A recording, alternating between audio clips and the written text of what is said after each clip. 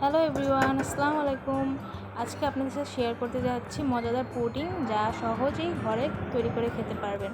মাত্র 3টি ডিম দিয়ে হাফ কেজি দুধ দিয়ে কীভাবে সহজে পুডিং তৈরি করা যায় তা এই ভিডিওর মাধ্যমে আপনারা বুঝতে পারবেন। তো চলুন দেখে নিই। তো আমি আগে থেকে সব কিছু রেডি করে রেখেছিলাম, জাস্ট আপনাদের সাথে হালকা একটা ভিডিও শেয়ার করতে যাচ্ছি। আমার এখানে পুডিংয়ের মিশ্রণটা একত্রিত করে আমি একসাথে পুডিংয়ের পাত্রে দিয়ে দিলাম, দিয়ে চুলায় দিয়ে মৃদু তাপে আমি মাত্র অল্প কিছু পানি দিয়ে বসিয়ে দিলাম। এখানে 20 থেকে 30 মিনিটও রাখা যায় মেজারমেন্ট অনুযায়ী। আমি মূলত 25 মিনিট রেখেছিলাম। তারপর নামিয়ে দেখি আমার পুডিং রেডি হয়ে গেছে। তারপর কিছুক্ষণের জন্য ফ্রিজে রেখে ঠান্ডা করে নামিয়ে নিয়েছি পুডিংটা পরিবেশন করার জন্য। এখন পুডিংটা পরিবেশন করার পর্যায়ে চলছে।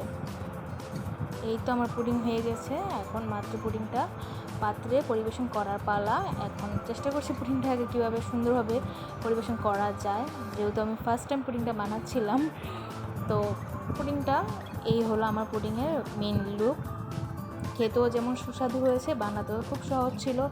দেখুন আপনারা আমার পুডিংটা কীভাবে ছোট আকারে কাটার পরও কত সুন্দরভাবে উঠে আসতেছে।